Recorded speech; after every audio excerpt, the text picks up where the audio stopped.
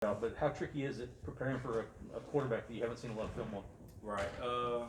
We had to do that last week against TCU with Morris. When you don't have a lot of film, like George said, it kind of stands true because I mean, whatever he puts on film, that's kind of how he's gonna play.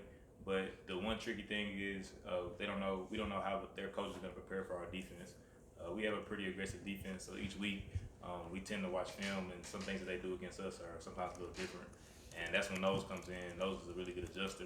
Last week, I think he talked about it. We had to do a lot of adjusting coming into the game. I think early their first drive, they hit us on maybe one or two shots or something like that. So we had to make some adjustments, and we did that, and ended up I think leaving the half with maybe only 3 points. So I think adjustments is going to have to come into play this game as well. And, we just got to make those on the sideline and get back on the field and stop them. So What enables this defense to adjust as well as you guys do? I'll probably say just like Jarvis talked about preparation, and we're all some mature guys. I mean, we all at this point, kind of understand that we all have a job to do. Like I said, and if everybody does their job, then we know we're gonna have a successful defense. And I think that's why we're playing so good right now. So when Coach Knowles talks on the headset and gives us adjustments, we know, we just trust him and hope he knows what he's talking about. And as you can see, the season, I think we think he knows what he's talking about. So we listen and we try to go out there and do the job that he gives us, that we're assigned. I think it was Boise State halftime. Maybe he said he rattled off like 10 or 15 adjustments. What is that like at halftime when he's going in there and trying to make sure you all know what you're doing? Yeah, sometimes honestly, sometimes we go into halftime and there may not be any adjustments. So that's normally good. That means we're playing good in the first half. And then sometimes they may hit us on a couple plays, and obviously Coach Knowles doesn't like that. So he comes in and he normally has a big whiteboard and he's drawing stuff up and he's making adjustments. And I'm sure he's talking to the assistant coaches and things like that. So we normally break out into our individual coaches, and they kind of coach us up, get us right. So by the time we get back out there after halftime, we're all prepared and ready for the adjustments that he made. So he does a really good job on it, and allows us to understand it too before we go out there.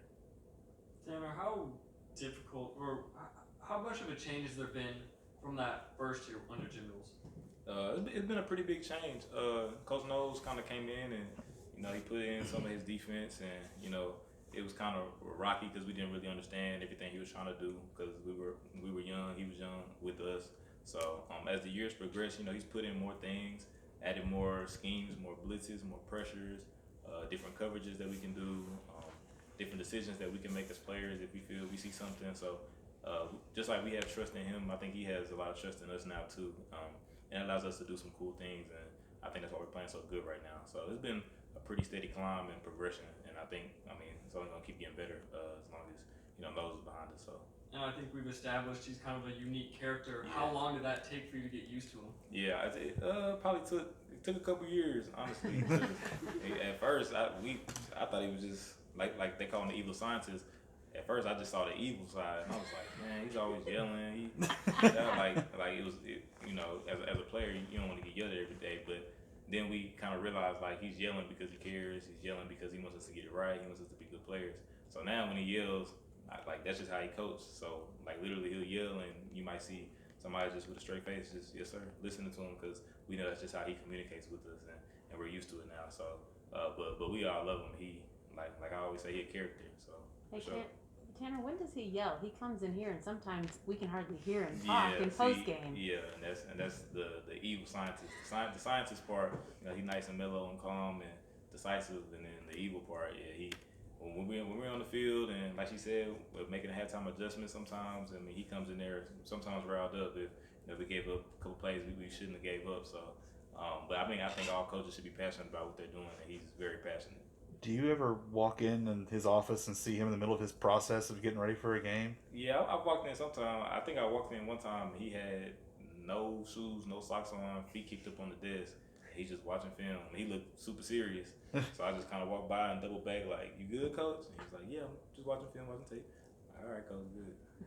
And so yeah, I've seen him a couple times in there watching his film and getting ready. So yeah, he's a different guy. Paper scattered everywhere. Yeah, paper scattered, feet kicked up on the desk, no socks, no shoes, just preparing. Yeah, he's different. We've heard like always watching film, and that's kind of hard to quantify. But I'll ask you, like, can you quantify that? I mean, how many hours or most times when you see him? If I had to put, I'd probably say he puts in more more than a regular job. You know, normally it's like a 9 to 5. He puts in more hours than that just watching film alone.